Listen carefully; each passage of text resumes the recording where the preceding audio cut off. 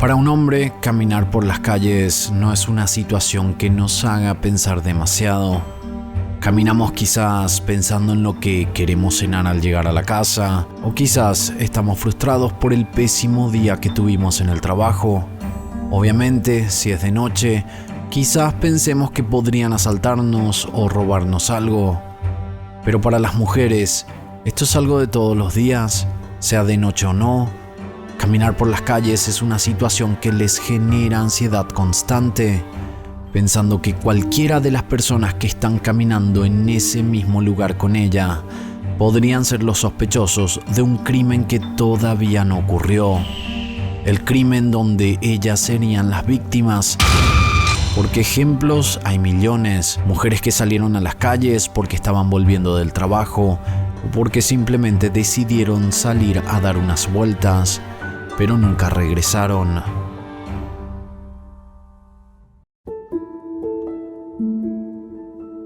Es difícil imaginarse como hombre lo que una mujer tiene que vivir todos los días. Y esto fue algo que mis amigas y conocidas me llegaron a mencionar en múltiples ocasiones que sienten cada vez que salen a las calles. Ustedes díganme en los comentarios si también sienten lo mismo, si son mujeres. Y yo no digo que los hombres no lleguemos a sentir esto o no lleguemos a sentirnos amenazados en la calle o en peligro o con ansiedad. Pero suele pasar más cuando estamos transitando en calles peligrosas. Pero imagínense sentir esto cuando estamos en calles peligrosas, pero en todo momento. Sin importar el tiempo, el día, si fuera de noche, en cualquier lugar, inclusive en calles muy transitadas. El caso de hoy ocurrió en Perú, en una ciudad llamada Tacna. Una mujer llamada Judith Machacacauna estaba volviendo del trabajo camino a su casa cuando desapareció misteriosamente.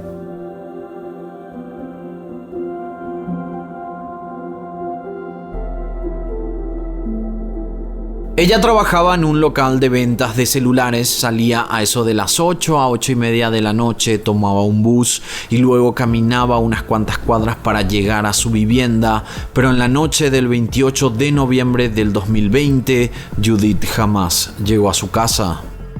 Según testigos, Judith estaba vestida con botas azules, jeans y tenía una mochila. En el afiche sobre su desaparición, compartido en los medios y redes sociales, además la describían físicamente como a una chica de cabello lacio, piel morena y de 1,56 metros, acompañado de fotos de la víctima. La única imagen de Judith Machaca era de una cámara de seguridad sobre la calle 2 de Mayo a la altura del Hospital Hipólito Unanue a las 20:20 en ese sábado 28 de noviembre. Después se le perdió el rastro. Su familia, al ver que Judith no había llegado, la trataron de llamar pero no respondía. Poco después, el novio de Judith, llamado Aldair, llamó a la madre para decirle que no podía ponerse en contacto con ella y le preguntó si la habían visto, a lo que la madre le dijo lo mismo, que ellos tampoco la habían visto, que tampoco les atendía el teléfono y que no había llegado a la casa después del trabajo. La madre entonces fue a la casa de una tía donde Judith solía ir en varias ocasiones luego del trabajo, pero tampoco estaba ahí. Luego de más intentos de llamarla, el teléfono ya no daba tono. Parecía como que la batería se le había acabado o que alguien lo apagó.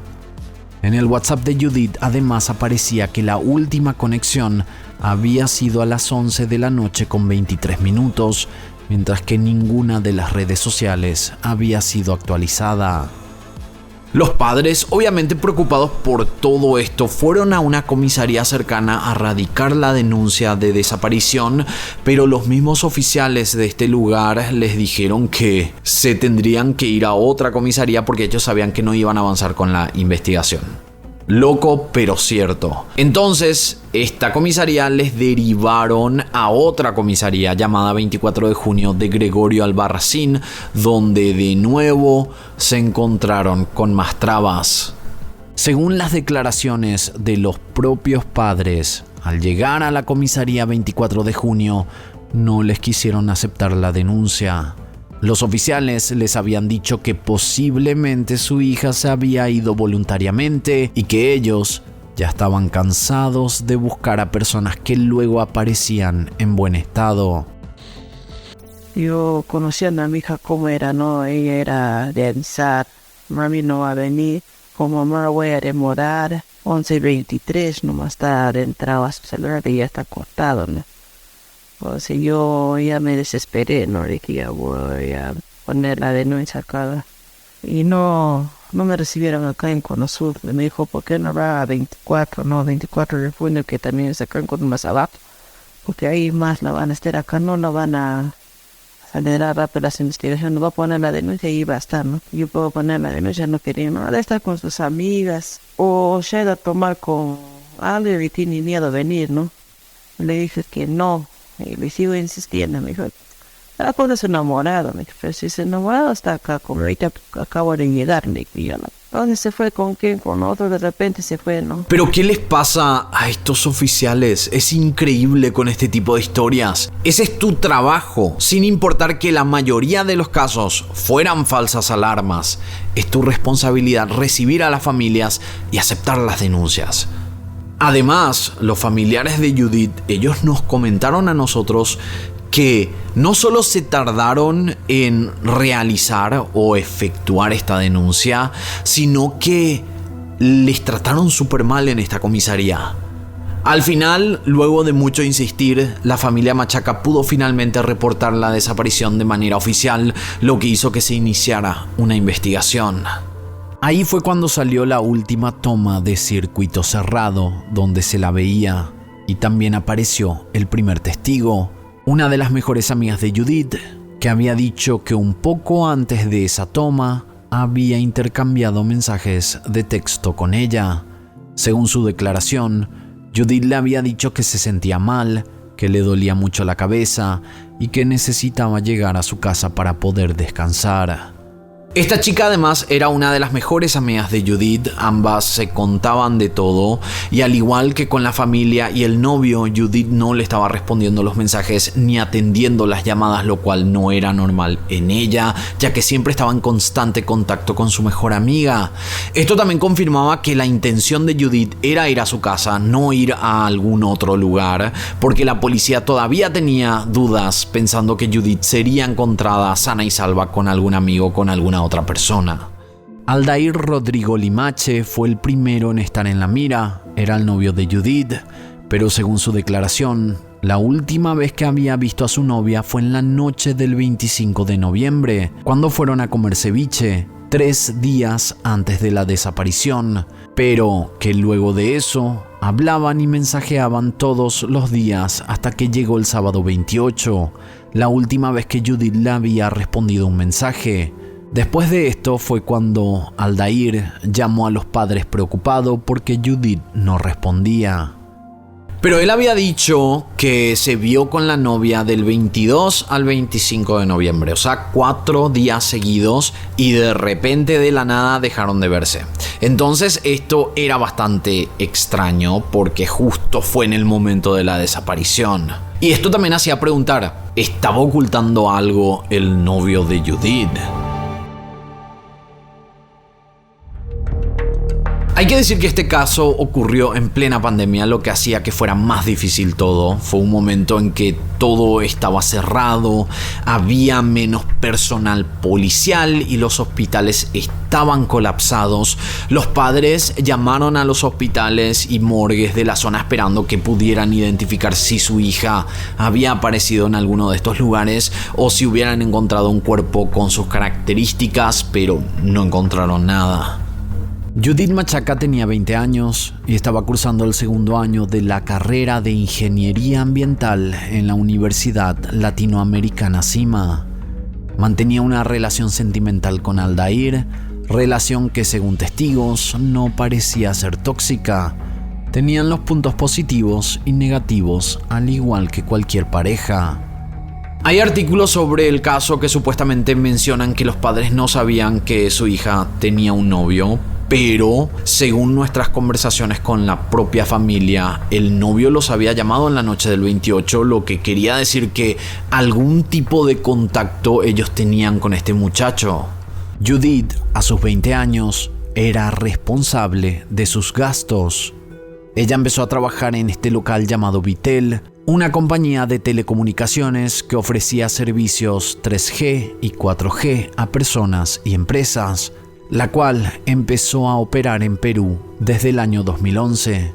Poco después de su desaparición, el novio fue descartado como sospechoso. Primero, se notaba genuinamente preocupado por la desaparición de su novia. Y segundo, tenía una coartada confirmada por familiares y a través de registros de su teléfono. Él no se encontraba cerca a la hora estimada de la desaparición de su novia.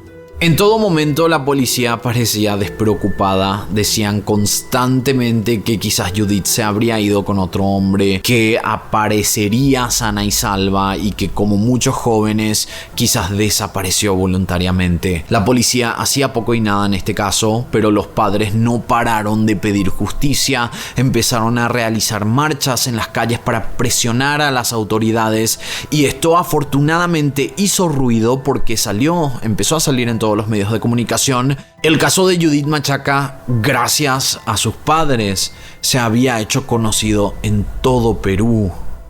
Y esta presión logró que la policía avanzara más en la investigación. Fue ahí cuando un detective le dijo a la madre que para poder encontrar la locación del teléfono de su hija, necesitarían el código email del teléfono.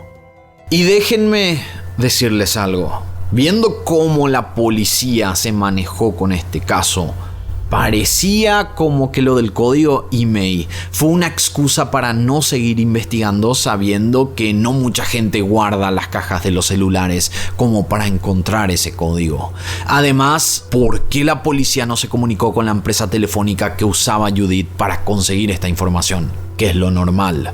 Yo jamás escuché de un detective diciéndole a una familia que si no consiguen el código email no podrían hacer nada más.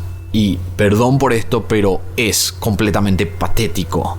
Todos sabemos que cuando compramos un teléfono se guarda el código email en el sistema de la compañía, y a ellos, ¿qué tanto les costaba hacer este trabajo? Era su trabajo. Ellos les pidieron a la madre que encuentren la caja, siendo que podrían haber ido a la compañía telefónica y conseguir el email y hacer su trabajo y hacer la investigación. De igual manera, la madre revolvió la casa, buscando en cada esquina la caja del teléfono que su hija usaba. Y después de unas horas, la madre de Judith llegó a la comisaría con la caja del teléfono, donde en la parte dorsal figuraba el código email. Imagínense, si no fuera por la madre, quizás este caso se hubiera quedado en la nada. Fue así que finalmente pudieron entrar dentro de la data del teléfono, que da un montón de informaciones resaltantes. Los investigadores necesitaban ver si es que el teléfono seguía prendido, cuál fue su última ubicación y si había sido utilizado después de la desaparición. Sorprendentemente, el teléfono figuraba como prendido, pero no con el mismo número de teléfono que la víctima tenía en su momento. Alguien habría cambiado el chip en la noche del 28 de noviembre. Según el registro conseguido a través del rastreo del teléfono, el celular de Judith ahora tenía un chip nuevo que estaba registrado a nombre de una mujer llamada Diana Apaza, de 23 años de edad. Tenemos que decir que este rastreo se realizó el 18 de diciembre, más de 20 días después de la desaparición, y era el primer avance importante en el caso. Cuando los investigadores pudieron rastrearla, la detuvieron y la interrogaron. De por sí ella tenía en su poder el teléfono robado, además era el teléfono de una mujer que estaba como desaparecida. Era importante saber qué ella sabía sobre Judith y cómo ese teléfono terminó en sus manos. Diana Esmeralda Apaza Sairitupac es una mujer peruana que no tenía historial criminal. La única denuncia que ella había realizado tan solo días antes de su detención fue en la fecha 29 de noviembre, un día después de la desaparición de Judith. En su denuncia, ella aseguraba que su novio la habría ahorcado cuando ella le reclamó que otra mujer estaba en su vehículo, en el lado del copiloto. Esa misma noche, Santiago Paco, el novio de Diana, le habría regalado el teléfono de Judith. En su declaración, ella mencionó que no sabía quién era Judith, que había visto en las noticias sobre su desaparición y que estaba segura que esa mujer que vio dentro del auto de su novio en la noche que se pelearon era la chica desaparecida. La mantuvieron bajo arresto por 7 días más, esperando encontrar más evidencias para ver si realmente ella tenía algo que ver con el caso. Los policías entonces tenían un nombre, uno conocido por ellos. Y no porque se tratase de un conocido delincuente, sino que Santiago Paco era del mismo equipo que estaba investigando la desaparición de Judith. Santiago Cristian Paco Mamani, de 24 años, era parte del Departamento de Investigación Criminal de la policía. Es más, los padres de Judith dijeron que en las veces que fueron a la comisaría, ellos veían a Paco constantemente. Inclusive ellos mencionaron que Paco los saludaba cordialmente cada vez que los veía. Y aquí es cuando nos preguntamos si es que el departamento de policía sabía sobre todo esto. Y por eso no hicieron mucho con la investigación, o quizás no sabían nada, pero eran realmente malos haciendo su trabajo. Y esta fue una posición delicada porque sus propios colegas estaban a cargo de investigarlo y de llevarlo a prisión. El día que se encontraba el celular de mi hija, no, el otro servicio nos dijo no, que se van a sorprender y no lo van a creer, ¿no? Nos dijo que fue un policía, ¿no? Para nosotros fue pues sorprendido, nos ha caído de sorpresa, ¿no? Donde que nosotros donde hemos puesto la denuncia, cuántas veces hemos entrado ahí, cuántas veces nos ha visto salir y entrar, ¿no? Pero jamás se me ocurrió. De repente de un policía, duele mucho. Santiago Paco fue capturado ese 18 de diciembre, desvinculado de sus labores dentro del departamento, y fue ahí cuando dio su testimonio. Se pudo corroborar que Judith y Santiago se conocían, no eran amigos, pero solían trabajar juntos. Santiago le daba teléfonos para reparar y vender, era meramente una relación laboral. Según Santiago Paco, Judith estuvo con él esa noche, pero que él no estaba involucrado en la desaparición. Según su historia, esa noche habían tenido una pequeña discusión. Judith se bajó del auto y cuando él ya estaba camino a su casa, se dio cuenta que Judith había dejado su teléfono en el auto. Él lo agarró, le quitó el chip, formateó el celular y se lo dio a su novia. Pero según él, esa fue la última vez que la vio y que él no tenía nada que ver con la desaparición. Y esto también además corroboraba parte de la denuncia que la novia había colocado el 29 de noviembre, que supuestamente vio a una chica muy parecida a Judith en el asiento del copiloto en la noche anterior, lo que me hace creer que quizás la policía sabía mucho más de lo que estaban diciendo públicamente. Luego de esta declaración, por ser el último que había visto a Judith con vida y por haber robado el teléfono de la víctima, la fiscalía pidió 18 meses de prisión preventiva para Santiago Cristian Paco Mamani. Pero, sin sorpresas, un juez decidió que lo liberaran. Él dijo que se continuara con la investigación, pero con Paco en libertad por supuestamente contar con arraigo laboral. Y en este momento ocurrieron dos cosas con este caso, una positiva y otra negativa. La negativa fue que Paco desapareció. En enero de 2021 por fin se ordenó la detención oficial de Santiago Paco como sospechoso de la desaparición de Judith Machaca. Él en ese momento ya estaba como prófugo. Lo positivo fue que cuando todo esto salió en los medios, una persona mencionó que había visto a Santiago realizando algo sospechoso en un pozo en un lugar llamado Yarada, Los Palos, en las fechas de la desaparición de Judith. Este fue un llamado importante porque quizás Judith había sido enterrada en este pozo, pero de nuevo, la policía se tardó 2 semanas en ir a revisar el lugar, siendo que quizás ahí podrían encontrar evidencias. Y con el tiempo que se tardaron, ya siendo esta noticia de público conocimiento, la escena podría haberse contaminado. Cuando al fin fueron al lugar, luego de 2 meses desde la desaparición, el proceso de excavación duró 4 semanas más. para un total de 80 metros de profundidad. Y ahí, al fin, encontraron lo que todos estaban esperando: los restos de Judith Machaca Kauna. Y aunque este fue un avance importante en el caso y parecía que todo llegaba a su fin, los investigadores encontraron algo más ahí que sorprendería a toda la sociedad peruana. En el pozo encontraron fibras capilares, la cartera y el DNI de Judith, los restos de Judith y un cuerpo más. En ese pozo habían sido enterradas 2 personas.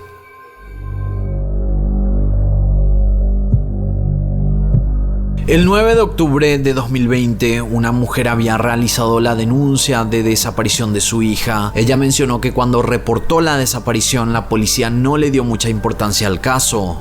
Noemí Escobar Laime tenía tan solo 14 años. Era una niña rebelde que constantemente se escapaba de la casa.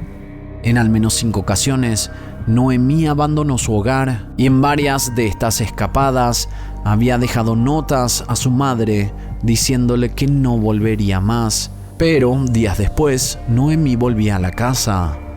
Según el reporte de desaparición, Noemí había salido de su casa el 6 de octubre del año 2020 y como ya en varias ocasiones se había escapado, la madre pensó que se trataría de la misma situación, que la hija se escapó y después iba a volver después de unos días. Pero había algo diferente en esta ocasión.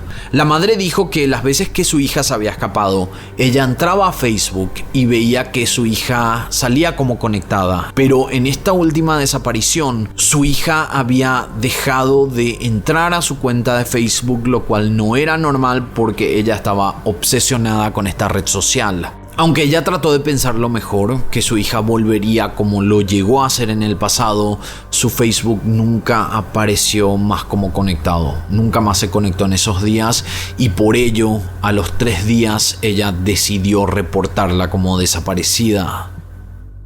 Porque la hija tenía este historial, estaban las cartas que le escribía a su madre. La policía no le dio importancia al caso, pensando que se trataba simplemente de un adolescente que se fugó por voluntad propia. Pero, a comienzos del 2021, su cuerpo sería encontrado en el mismo pozo que el cuerpo de Judith.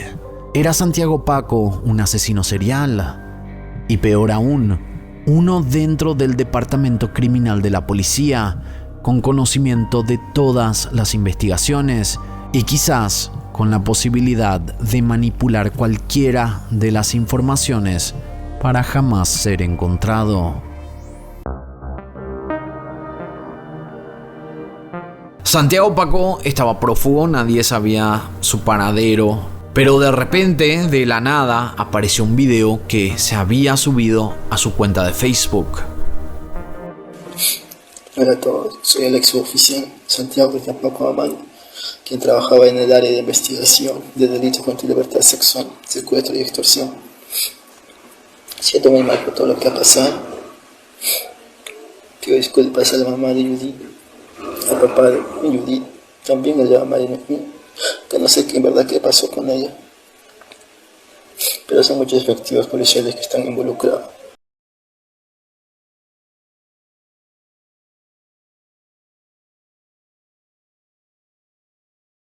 Luego de esto, al suboficial John Choque le dictaron prisión preliminar por su supuesta participación en la desaparición, pero a las pocas semanas quedó libre por falta de pruebas.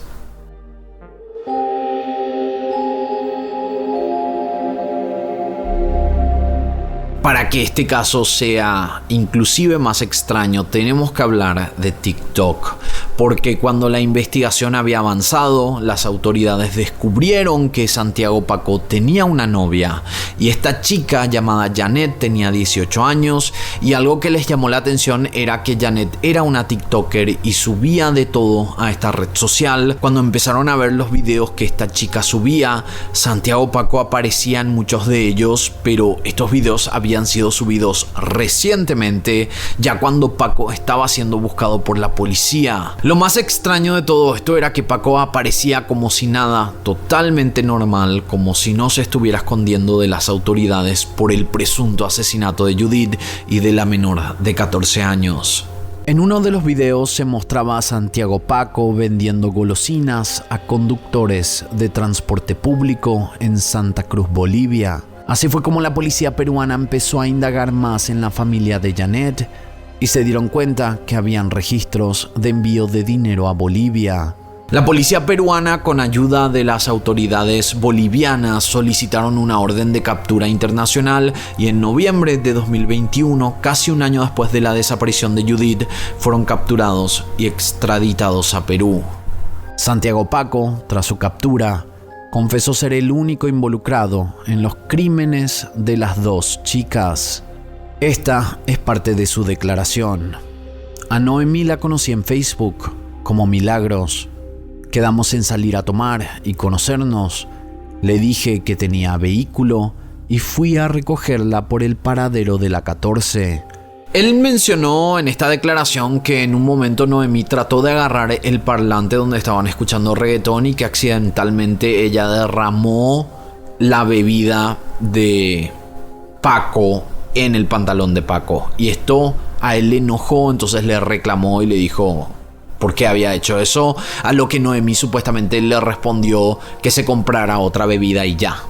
Según su declaración, Noemí le había respondido con un tono elevado y eso le molestó, entonces le tiró la botella por la cara. Noemí luego le pidió que la dejaran lo de sus padres mientras ella lloraba y le dijo que lo iba a denunciar por haberla lastimado, a lo que Santiago reaccionó saltándole encima y asfixiándola porque sabía que al ser policía y estar con una menor de edad podría ser llevado a prisión. Según este testimonio, Santiago aseguró que al comienzo no sabía qué hacer con el cuerpo, que pensó en dejarlo ahí y manipular la escena como si fuera un secuestro, pero luego recordó que en la escuela de policía, en el curso criminalística, había aprendido una lección llamada Camino hacia el crimen, que decía que si no hay cuerpo, no hay delito. Entonces, se acordó de un pozo profundo en la propiedad de su familia, y fue así que tiró el cuerpo de Noemí a más de 80 metros de profundidad. Para el caso de Judith, mencionó que también la había conocido por Facebook con el nombre de Gabriela Vargas. Se habían encontrado en varias ocasiones y él se estaba enamorando de ella. Su último encuentro fue el 28 de noviembre. Según su testimonio, Judith le había dicho que no iban a poder seguir con la relación, a lo que Santiago respondió atacándola, ahorcándola hasta dejarla sin aire y luego, al igual que el caso anterior, llevó el cuerpo al pozo donde había dejado casi 2 meses atrás el cuerpo de la menor de 14 años. Mi hija ha sido golpeada en la nuca y así hizo desaparecer el cuerpo de mi hija y lanzar a un pozo, pero jamás pensé en policía. Creo que la policía para mí ya no hay confianza. Nosotros nos confiamos en ella, ya no hay confianza en la policía.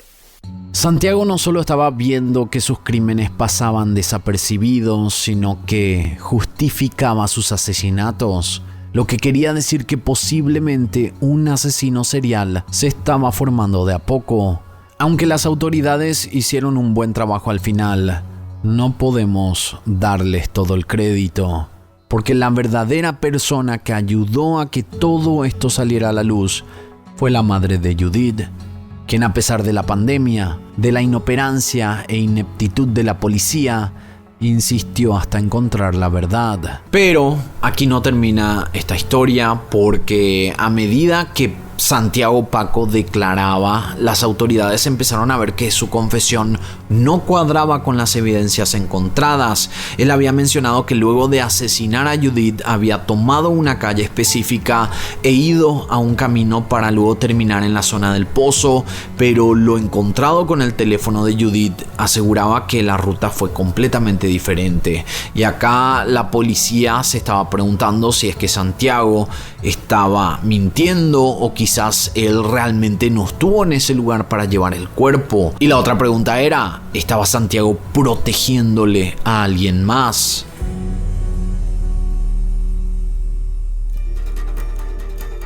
Una de las grandes dudas de estos casos tiene que ver con una red de trata de persona. En el Facebook de la menor de 14 años se pudo comprobar que habían mensajes que llevaban a especular que el adolescente pudo haber sido víctima de trata. Y al estar muy enganchado con el caso de Judith, se cree que quizás Santiago Paco era el nexo de esta red de trata con la policía y trabajaba para ellos. Según la investigación, las autoridades confirmaron que Santiago Paco fue el único involucrado en ambos asesinatos, pero la familia de Judith cree que hay más involucrados y que Santiago Paco tuvo que aceptar su culpa para cubrir algo mucho más grande que involucraría a personas muy poderosas de Perú.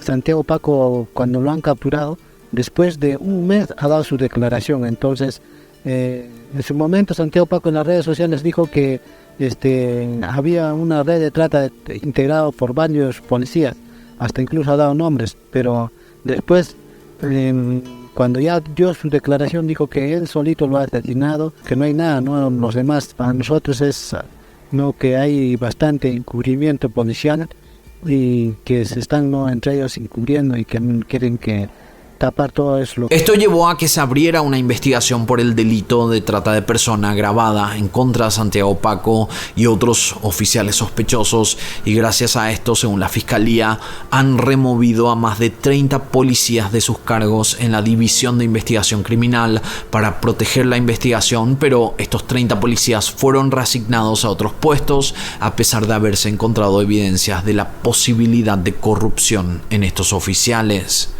4 mujeres denunciaron a Paco y a otros policías de la misma comisaría. Estas indicaron que algunas fueron captadas en la misma comisaría de 24 de julio cuando iban a denunciar un delito, donde los suboficiales les exigían dinero o intimidad a cambio de avanzar en la denuncia que interponían. La violencia contra las mujeres ha sido desde siempre en Perú un problema de larga data, con un promedio de 5 mujeres y niñas reportadas como desaparecidas todos los días, según la Defensoría del Pueblo. Según cifras compiladas por Mujeres Desaparecidas, 11.828 mujeres y niñas fueron registradas como desaparecidas en 2020, según informes policiales. Dado que la policía a menudo no está dispuesta a investigar este tipo de casos, muchas de las mujeres y niñas desaparecidas nunca son encontradas. Sin cuerpo, no hay crimen.